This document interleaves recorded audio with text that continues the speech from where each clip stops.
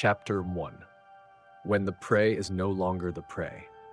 This planet did not appear on any Yautja hunting map, not because it was distant, but because it had been crossed out.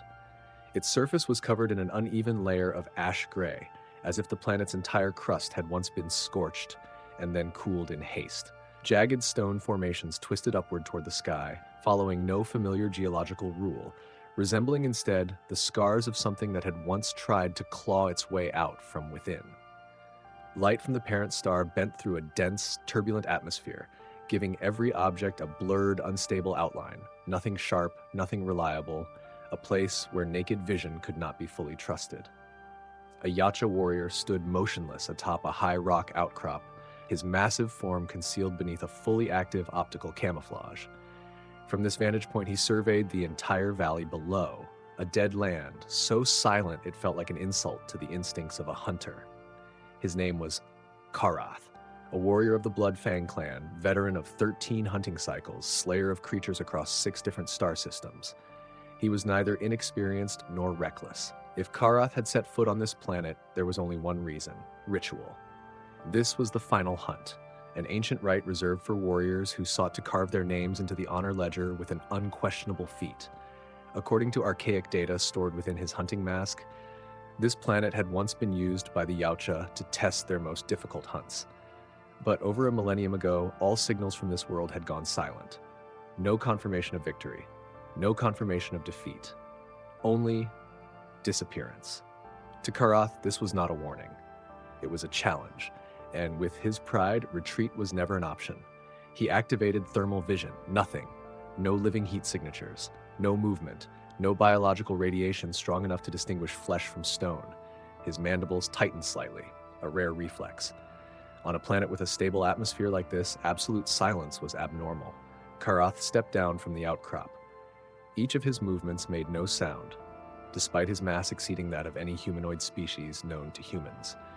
The ash mud beneath his feet did not compress, it dispersed as though refusing to remember his presence. At that moment, his hunting mask emitted a brief alert signal. Not an attack warning, not an immediate threat, interference. Karath stopped. He switched to standard optical spectrum. The camouflage remained active, but no longer perfect. The outline of his body shimmered faintly, like water disturbed by wind. Impossible, he growled low in his throat. Yautja cloaking technology never malfunctioned in natural terrain, unless he turned slowly. A disturbance. No clear shape, no defined size, just a minute phase displacement in the distant space, enough for a hunter's eyes to detect, yet too subtle to be named. Karath raised his arm, activating the shoulder-mounted plasma caster. No response. Error messages cascaded across his mass display. Energy link lost. He listened, and then the ground beneath him moved. The gray ash rolled into shallow waves, and from within them, living forms emerged, creatures with flattened body structures, skin dull and reflective like wet stone, emitting no heat, carrying no biological magnetic field. They did not charge, they did not roar, they encircled him. Karath turned, assessed in less than a heartbeat. 3 directions, close range, no biological signals, no thermal weaknesses. He deployed his wrist blades. The blade cut through the first creature, yet there was no sensation of slicing flesh, no blood, no bone. It felt like tearing through semi-solid matter, and then the blade slowed. The creature did not die. It latched onto his arm, its skin darkening as it changed, absorbing energy directly from the Yautja weapon itself. Karath roared, smashing the creature's head apart with a single blow and leaping backward. Instantly, he understood the unacceptable truth. They were learning, not through intelligence, but through instantaneous biological adaptation. Warning layers began to stack across his mask. Navigation systems failed. Tactical data archives became inaccessible. Technology, the very thing that placed the Yautja at the top of the hunting hierarchy, was being systematically neutralized, as if this planet itself had been engineered to strip that advantage away.